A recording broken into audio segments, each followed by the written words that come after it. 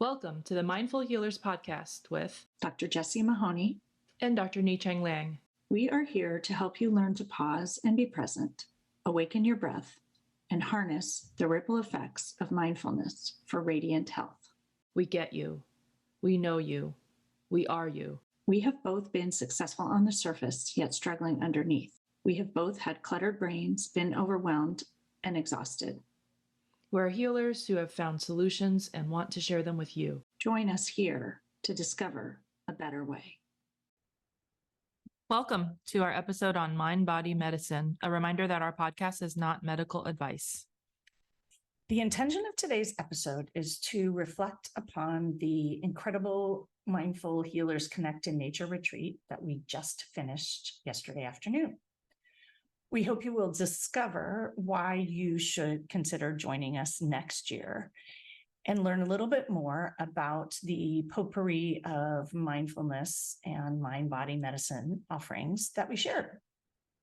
Takeaways of this episode are about how important the environment and specifically nature is to optimizing your well-being. I wanted to set the current landscape up for you. So we are currently at our retreat home base, just 5 minutes from Green Gulch Zen Center, one day after the retreat, with the view of beautiful Muir Beach, with the Pacific Ocean waves crashing, along with our own soundscape of wild birdsong. You may be able to hear it in the background as we record. And we wanted to take this opportunity while it's all fresh in our minds before we've gone back to our usual lives to reflect on the last 3 days and share with you some of the wisdom, pearls, and joy. We're going to talk about the differences between last year's retreat and this year's retreat. Specifically, last year we shared in the podcast about how to recharge yourself, a lot of the practices that were part of the 2022 retreat. And so we wanted to reflect on what we did differently this year. We offered many different practices and different experiences and why we did that and what some of the benefits of these new practices were. We also are going to reflect on the time course of the retreat. We're going to reflect on the new opportunities that we added in for quiet and silence, special attention that we paid this year to the soundscape, and changes in the way that the yoga was taught and the coaching pearls were shared, as well as reflecting on our experience of adding in some specific forest bathing approaches in Muir Woods. And in general, new mindfulness exercises that were introduced. So mind-body medicine, a definition from Memorial Sloan Kettering, is a type of healing that's encompassed in integrative medicine. And I want to share with all of you because the news arrived just on the eve of the start of the retreat, which I thought was very synchronous. And the news is that I found out that I passed my integrative medicine boards. And so mind-body medicine is encompassed in integrative medicine. And mind-body medicine enhances the mind's interactions with bodily function to improve overall health and well-being. And we absolutely immersed our retreat participants in this. And in the spirit of celebrating Ni-Cheng's passing her boards, we have decided that one of the things we're going to do differently next year is actually include some specific integrative medicine components into the curriculum of the retreat. As many of you who know me know, I don't like to do the same thing twice. And so whenever we finish a retreat, we start to decide what could we add next year? What would be fun? Not because we didn't do it well this year, because actually I'm fully pleased with the retreat this year, and not as an opportunity that we have to do better, but because it's fun to do new things and try out new things. And also because we actually have a lot of people who came to this year's retreat who came last year. And we want to make sure that those repeat retreaters are gaining new skills and new experiences. So the first thing that I wanted to share about this year's retreat is that we made it 3 days instead of 2 days. And we decided this last year because at the end of our weekend retreat last year, we felt like there was more to share and that there wasn't enough downtime and integration time. And so we made a specific intention to make the retreat 1 day longer and make the retreat days of the curriculum shorter, to optimize the chance for integration and to be really authentic in our approach to sort of stay out of learn as much as you can and have long days of learning, to have time to connect with each other and actually connect with nature in between the short sessions as our small groups were switching, and just time to be and think about the experience and let yourself settle into the beautiful location of the Zen Center. The spaciousness of time enabled so many more organic interactions between the participants and the environment. It really helped to facilitate transitioning well. Yes, and I also wanted to reflect on one thing, that we did a late start every day. And we offered optional activities in nature before, hikes and trips to Muir Woods. But for those people who really felt like they needed more spaciousness and time, it was very different than other conferences where you start at 8 and you do your early morning yoga. And so for those who wanted, they could actually join us at 10:30 for kind of a Mark's brunch. And the sessions at the yurt began then. I would say many people joined in the optional morning activities, but it added just this lightness to the day where you didn't feel like you had to be in the same place and spend the whole day doing something. So I really appreciated that. And I will say I did this conference right on the heels of the Coalition for Physician Wellbeing conference. And that one started at 8 in the morning and went until 5 p.m. In a conference room with no windows. And so while there was tremendous learning and speakers from all over the country who came to speak there, and the talks were really interesting, it's a very different experience than this retreat. And I did want to reflect on that because, you know, we are out in nature doing our sessions under a tree and on a porch and in the forest. And it's possible to do CME that way.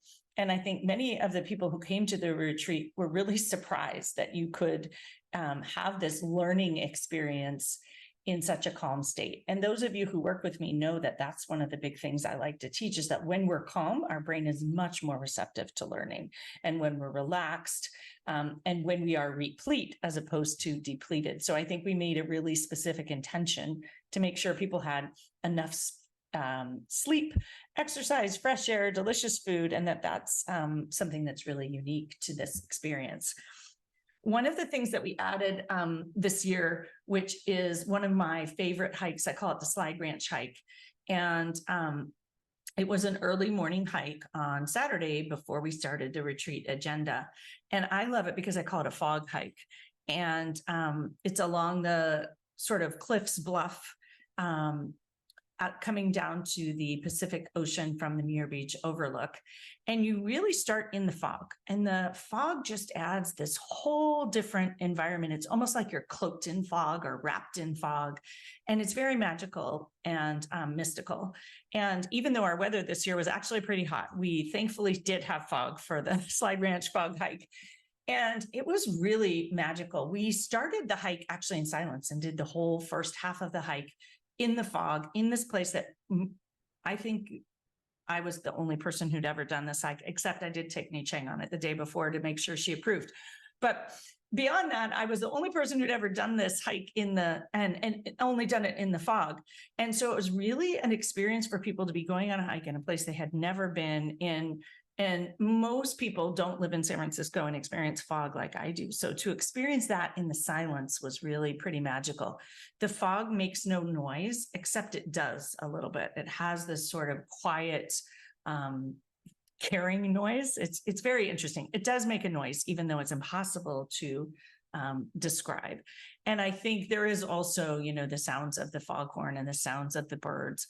And so it was really interesting to see the things that people noticed. And one of the reasons we did the silence in the first half of the hike was that when we did our walk the day before through the gardens of Green Gulch and through the farm and through the Golden Gate National Recreation Area out to the beach, we did the silence on the way home. And most people noticed that they had missed so many things. And so I set a specific intention to do the silence first so we wouldn't miss them. And we could appreciate those things that we really wanted to pay attention to on the way back. And it was really delightful at the end. We spent some time literally near the rocks down by the ocean, you know, with the pelicans flying over, taking moments of mindfulness and sitting on our own and really experiencing the morning on the edge of the Pacific Ocean with the pelicans and the quails and all of the other songbirds. And I think it was just a magical way to start the day for those who joined us. And so that, I think, really added a whole new element to the retreat for those who opted to join. It was absolutely optional, and some people opted to sleep late and hang out with their spouse and join us later. So the luxuriousness of time and choice, along with some pet therapy as well, with sheep and goat petting, seeing some rabbits as well. And then I happened to see some baby quail with their mama quail skittering across the path as Jesse and I were mindfully walking back. The other thing I noticed that I have never noticed, and I have done that hike several times, is there are, what do you call them? Ducks in that side pen. And there was all of this mud. And they were playing in the mud. It hasn't rained recently. I don't know if it's fog mud or there's not really any mud anywhere else, but I just really appreciated that their webbed feet were like in the mud and they were really enjoying the mud. I had forgotten. And that was something that at the end of this quiet walk, I really noticed. And I have passed that pen of ducks and geese and whatever else is in there zillions of times and never noticed their mud pile. So that was actually made me laugh. I think that opportunity definitely brought a depth of connecting in nature. The other thing I want to mention about that, because it just really struck me, and we had done the hike actually not that day before, but the evening that you arrived, was the tunnel of fennel and the smell.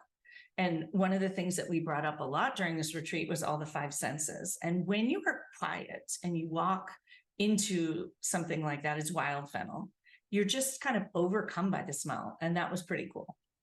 Yeah, when we're quiet, all of the other senses become more magnified so we can notice more.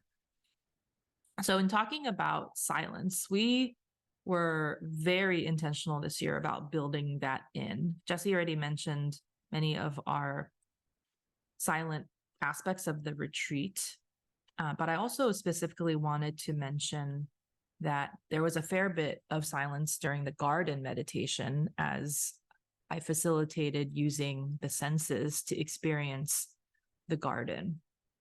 And so because it was a 3-day retreat and there was this luxuriousness and spaciousness of time, I believe that the silence and the quiet time that people had helped to slow down time. This perception of time was definitely slower than our usual day-to-day life. And what was really interesting for me is I actually love to talk and I love to be with people. And the silence was really valuable for me. It was interesting because some people said they craved silence and they had lots of noisy children in their life and they really love their quiet time. And I'm not actually someone that loves quiet time. And yet I really enjoyed the fact that we set that intention, and it gave me the chance to just really opt out of talking and opt out of connecting. And I got to experience nature, even as the facilitator, much more so than I did actually the year prior, I would say. And I wanted to reflect on the fact that we did Muir Woods almost in its entirety in silence, which was very different than the year before. And that really added to the magic of it for me. So many things that I noticed, and smells and sounds, and the awe and wonder was just magnified by the silence. We still did yoga, so I was not silent during yoga, but everyone else was silent throughout their time at Muir Woods. And we did some mindfulness as well. But I think that just the all the sensations and the whole experience of the awe and wonder in this place, which is full of awe and wonder, even if you're talking and even if you're there with your family, but it really, really added to it. The sound of the creek and the sound of the birds and the smells and so many things. I've been there many times that I noticed that I hadn't noticed when I wasn't silent. There is an electrical, deafening silence in Muir Woods when you are that quiet. And I really appreciated that this year. I also, in some respects, shifted the way that I was teaching mindfulness rather than feeling urgency surrounding telling people what they were supposed to learn from a particular practice. There was a lot more allowing the sharing. And so I was more quiet during this retreat in my inquiry and facilitation compared to last year. And I think in part it was because there was a spaciousness of time, and the season that I'm in just allowed for that. And I rather enjoyed that aspect, actually, of being curious about the unfolding of the lessons that the retreat participants were so open to sharing. That in and of itself was where the rich education took place. Yeah, it was really the connection between the folks that joined us this time and the conversations and the vulnerability. You know, I often share in coaching this idea that vulnerability is valuable, and it can come up in coaching, in small group coaching, you know, on Zoom. It can come up in your departments, but I think when people experience it on retreats, this one or other ones, when you're in a very beautiful environment, sharing, you know, intimate, vulnerable experiences, the sense of belonging and the sense of shared experience and the sense of hope and inspiration that comes from that is really powerful. So the other thing that came up a lot during this retreat that hadn't been a focus last year, and I love that there's just each retreat I think that we do is going to bring up different components of mindfulness, but was the soundscape. And I think partly the soundscape was so prominent because of the silence and because of our, this was not a silent retreat by any means, but there were pockets of silence. And I think that that allowed us to notice the soundscape of nature. And there's actually work around the fact that the sounds of nature are particularly healing to our nervous system and healing to our physiology, and yet we often miss them. So the waves and the bird calls and the sounds of water amongst the rocks, there are so many things that in the soundscape that we know are very healing to us as humans. I think also the weather was very different this year, and I love the fog, but this year we actually had fog in the early morning and then beautiful sunshine. And I think that the sunshine actually brought out perhaps more of the animals, more of the birds, and more of their noise. I think many times we had to sort of pause our conversations because of the noise. One of the soundscapes that actually just came to mind, which literally made everyone laugh every time, is in the yurt. It's in this eucalyptus forest, and there would be the acorns that would fall. And if they fell on the skylight, it made quite a noise that really made you remember that you were in a forest. It was a little bit jarring, and you were like, oh, that's an acorn. And then you would hear it roll down off the yurt. And these are just sounds that are always around us, but when we slow down enough to listen to them, they bring meaning and humor to life. And I think that this idea of the soundscape came up several times in conversation. And it reminds me that when you pause wherever you are, you can notice the soundscape, even in a city. And maybe the city sounds are not quite as healing, but focusing when you're traveling and focusing when you're in a beautiful spot to the soundscape. Even children's voices can be the soundscape. I think sometimes we think they're annoying, but when you pause and just listen and like, what are the sounds around me? And maybe they're the sounds of love. Maybe they're the sounds of connection. Maybe they're the sounds of learning. Maybe they're the sounds of emotion. even in a temper tantrum, the sound can be just part of the soundscape. And I think when you shift your conversation about it in that way, it can be, it can just change your experience of things that maybe were sometimes negative about. With the acorns rolling down on the yurt, as I was teaching body scan, I remember thinking, that sound almost seems like there would be a little animal scurrying up there. But in fact, it was just a little acorn having fallen off a branch, hitting the roof, and then rolling down systematically the side of the roof of the yurt. And it was really whimsical, actually, to hear that. And then the sound of our singing bowl and also of the bells that I used, that reverberation in nature, that combination was also pure magic. Yeah. And someone reflected on that.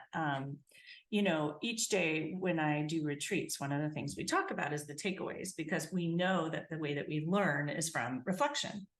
And someone actually commented on the singing bowl in nature and how it felt. The first day we actually did our yoga outside on the deck because it was such a beautiful afternoon light and the temperature was perfect. And we were focusing on shoulder and neck and computer strain release. And I think that can be done seated and standing. So it didn't matter if you were outside on a deck. And I think that, first of all, just enjoying that release in nature was really a different experience. I've never done that kind of yoga outside before, but also the sound of the singing bowl in the sort of afternoon light in that moment was really very powerful.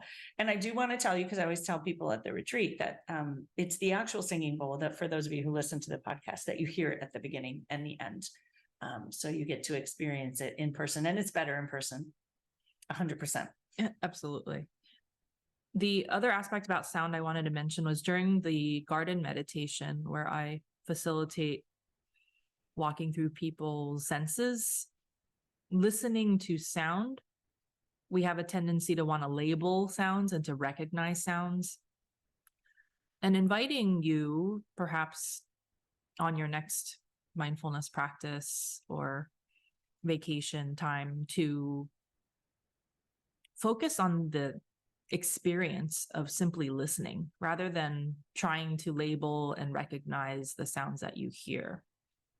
So there's a difference in that experience, and inviting you to be curious about what comes up when you shift using your sense of sound in that way. And also, I touched on this before, but not labeling sounds as good or bad, because I think we label many sounds as good or bad, just like we may label and tell stories about things that are good or bad. And that's sort of a coaching approach. But I think when we label them as good or bad, we can miss out on the fact that they are all kind of good and bad. I'm thinking about a child's temper tantrum. Like, we love these children and we very much want these children. And so their temper tantrum isn't all bad, because we're very happy they're there and we're very happy they're learning how to process things.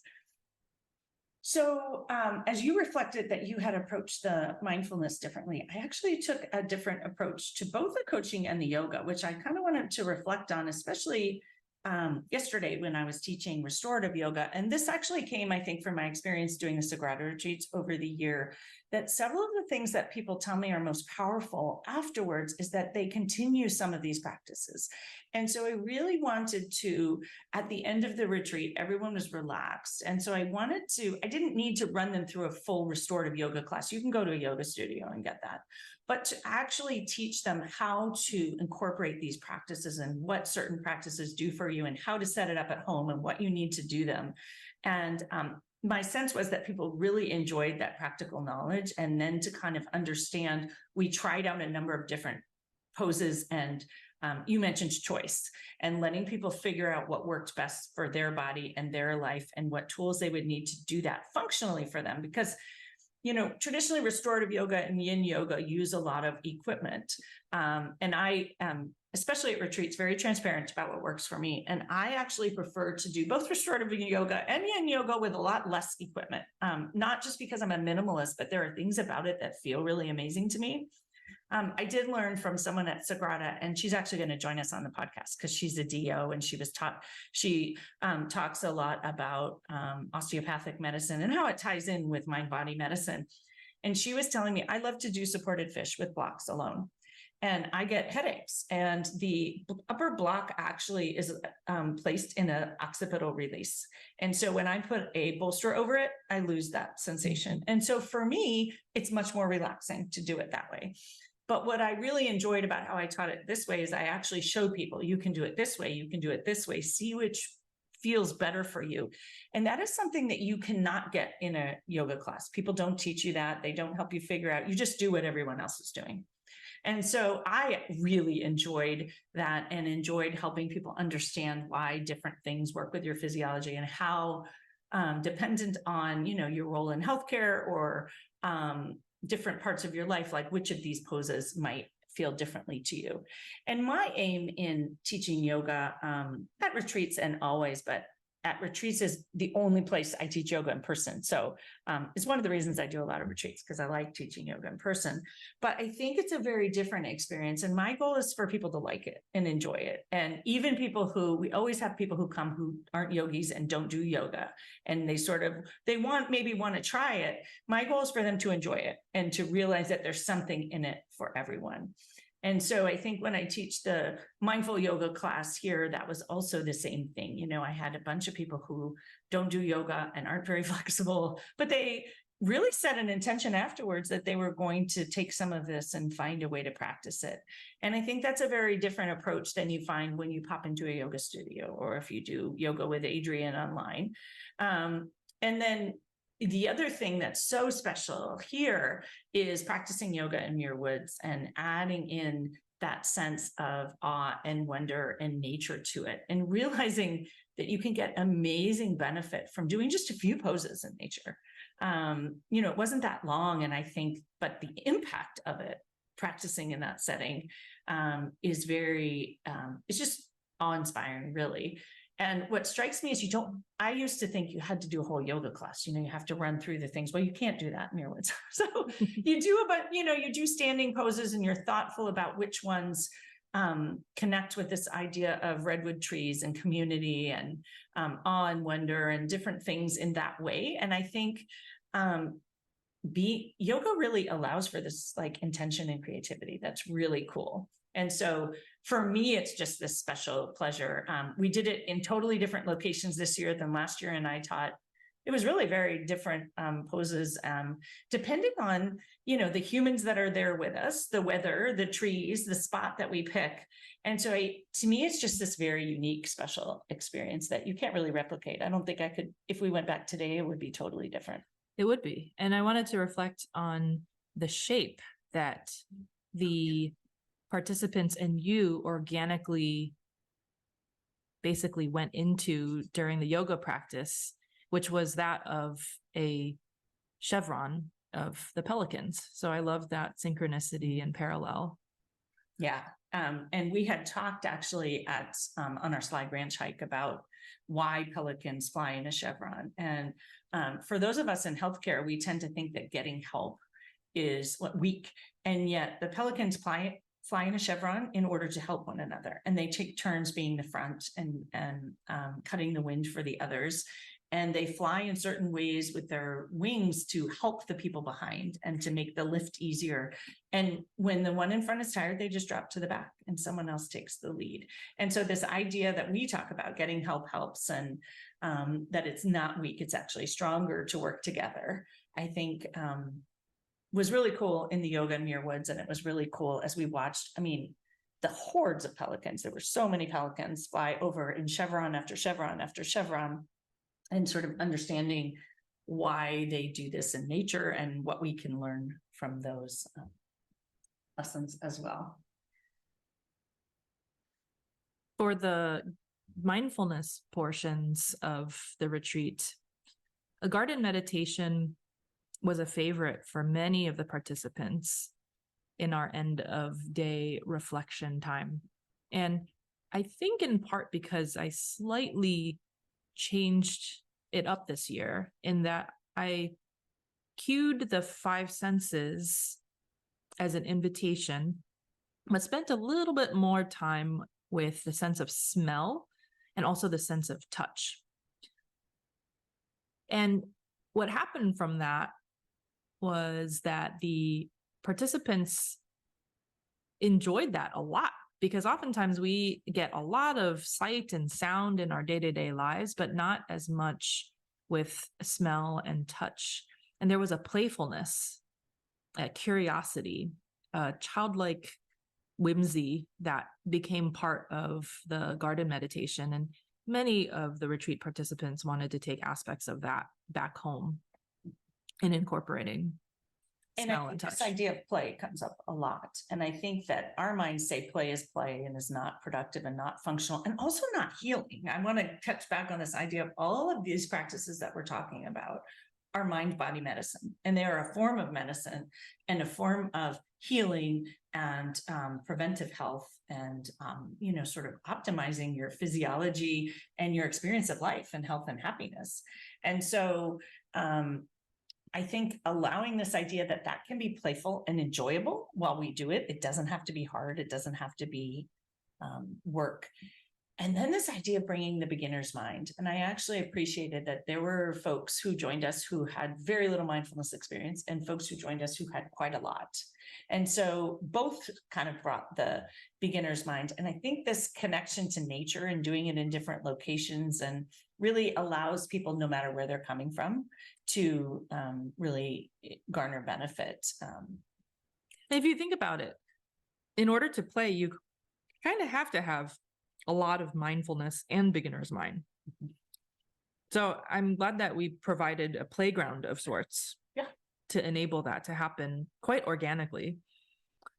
And then I also brought in these heart-shaped terracotta stones that are handmade that I picked up during the Center for Mindful Self-Compassion Board of Directors retreat at Santa Sabina, which if you combine the words heart and earth, you make the word hearth.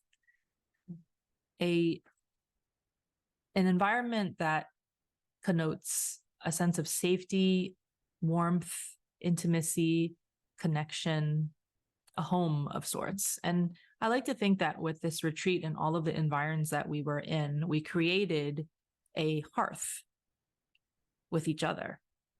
And so these hearthstones acted as a gentle closing of sorts, where they picked a heart-shaped stone with a word on it, and I asked them to reflect upon how that word was applied during the last 3 days.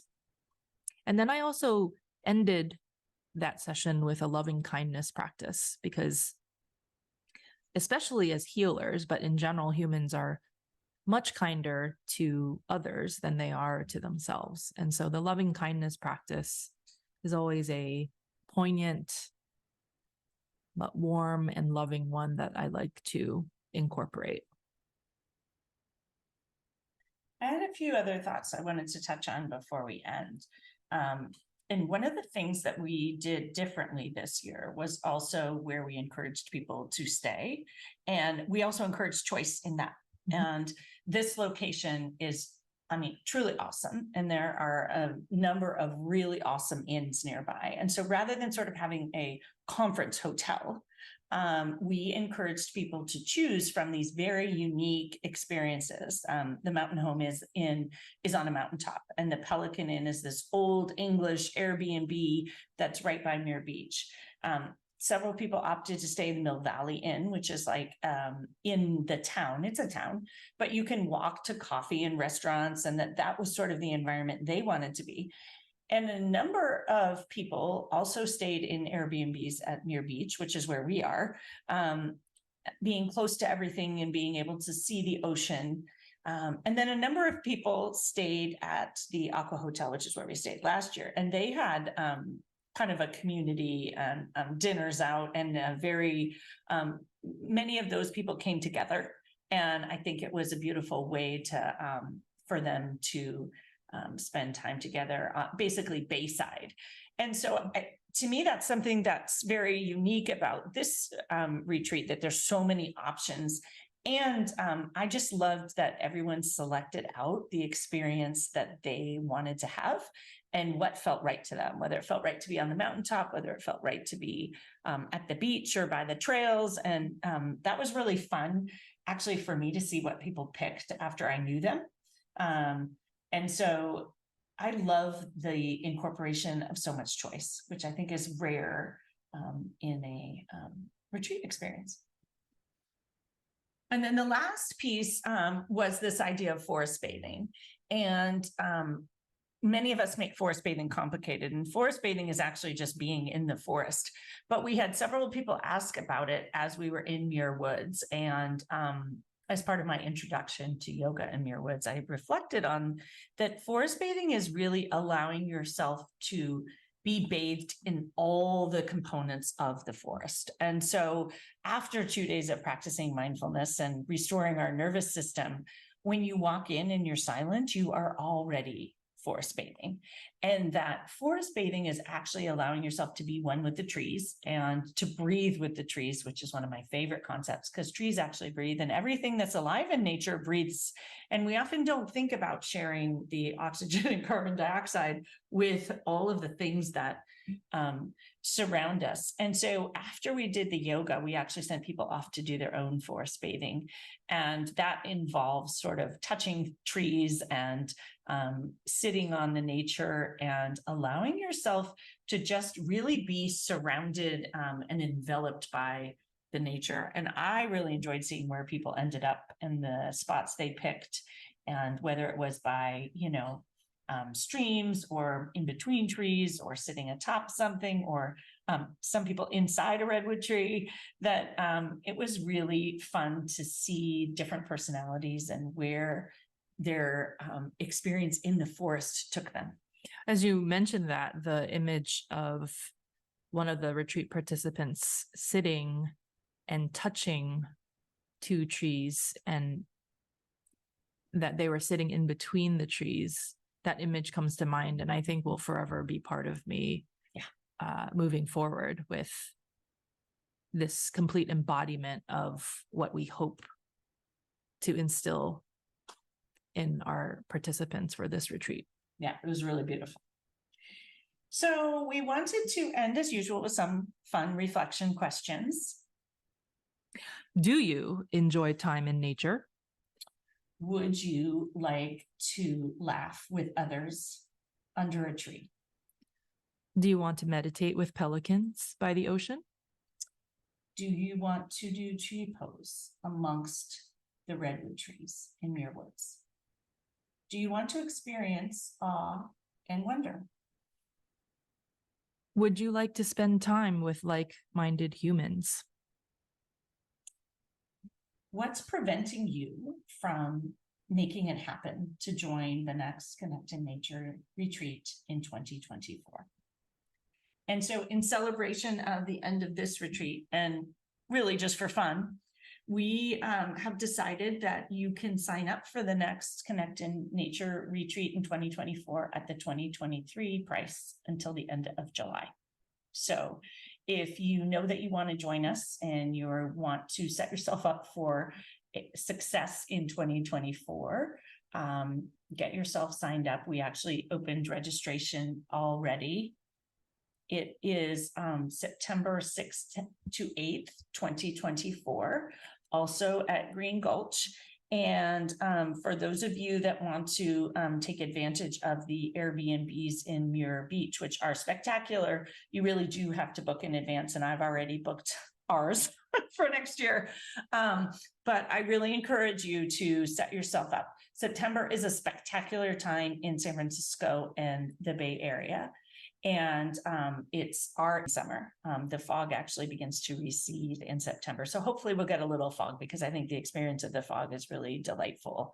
But it is a spectacular time to visit the Bay Area. And so I encourage you to plan ahead and set yourself up to join us next September, because it's going to be truly spectacular and fun. I'm super looking forward to it. So we're giving you this opportunity to sign up by the end of July for those people that came this year who want to come back.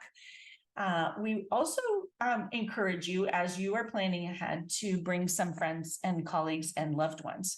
This year, someone brought their spouse, someone brought colleagues, someone brought friends from across the country. And I think that was really a beautiful experience for all of them, old friends from med school, to experience this together.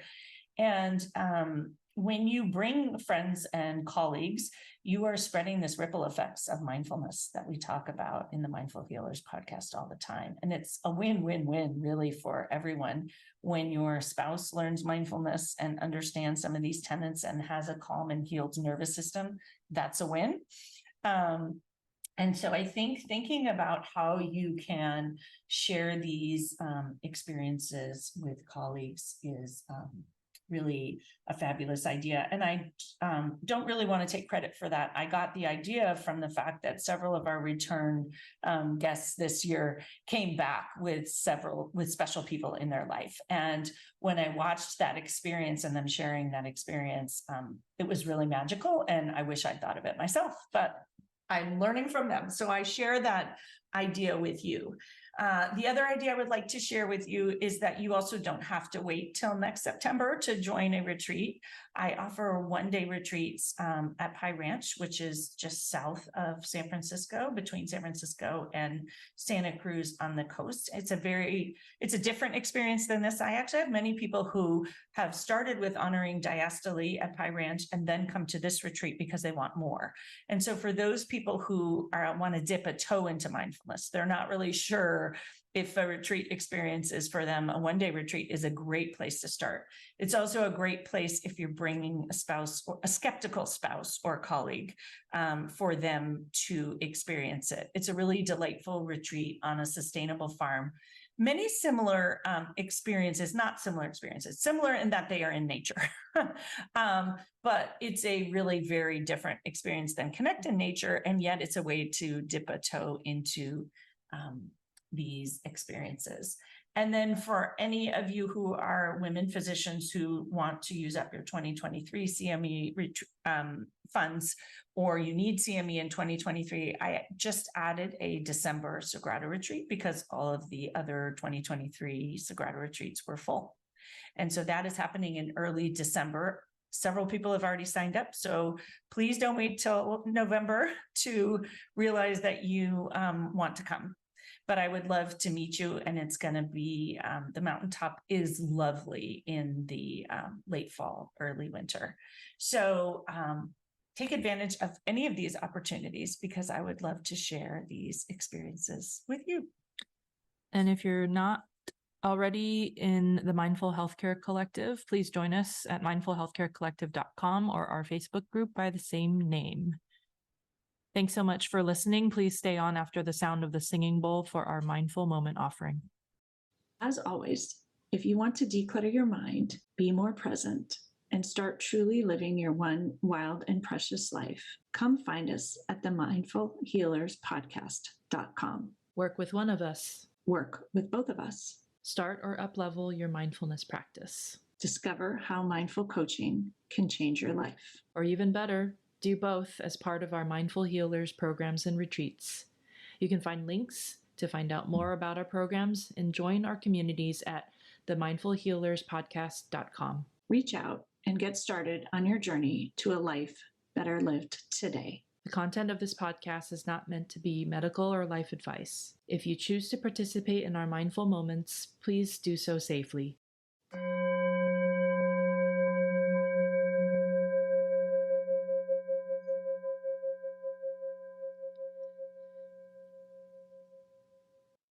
Welcome to this mindful moment offering. This mindful moment was inspired by the garden meditation practice that I led at the Mindful Healers Connect in Nature retreat. So inviting you to go outside. It doesn't have to be in a garden, but some place that you could potentially see the sky or even a plant.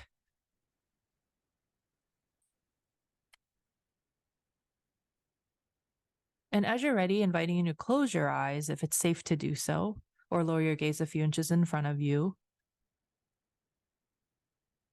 settling into this moment, allowing the mind and the body to catch up with each other, to be here now at the same place at the same time.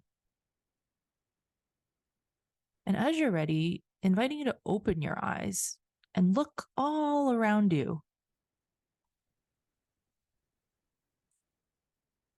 Looking specifically for bits of nature, looking far, looking close by, and everything that you see in between.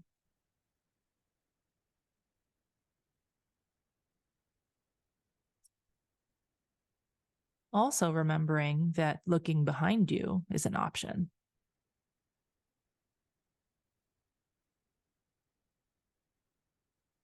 And next, as you're ready, inviting you to close eyes or lower your gaze again and focusing on the experience of sound, listening, and dropping our tendency to want to label, to judge, or to try to recognize sound, but simply noticing the felt experience of listening.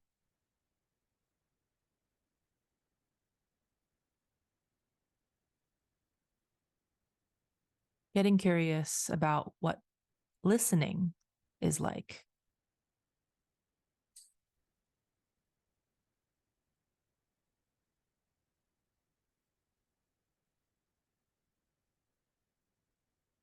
And next, if it's safe for you to do so, inviting you to smell. It may be that you're simply taking a deeper breath in, taking in the air outside. Or if you happen to be in nature and there's something you're curious about,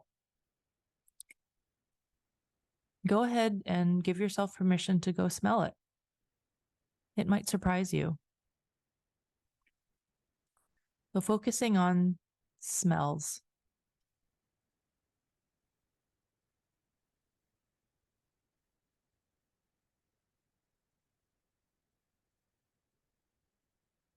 And as you're ready, inviting you to focus on your sense of touch.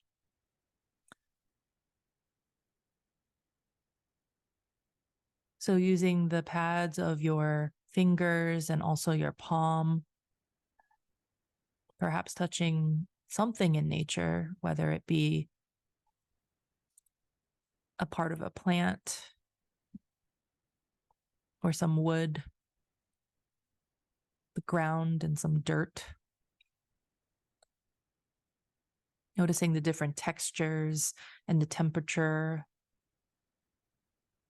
Noticing if judgments arise.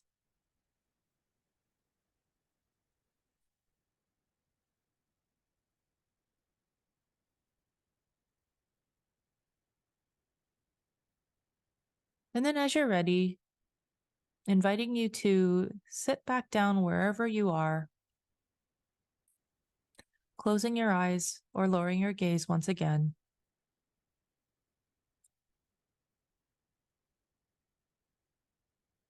Checking in, noticing how you feel now compared to just a few minutes ago.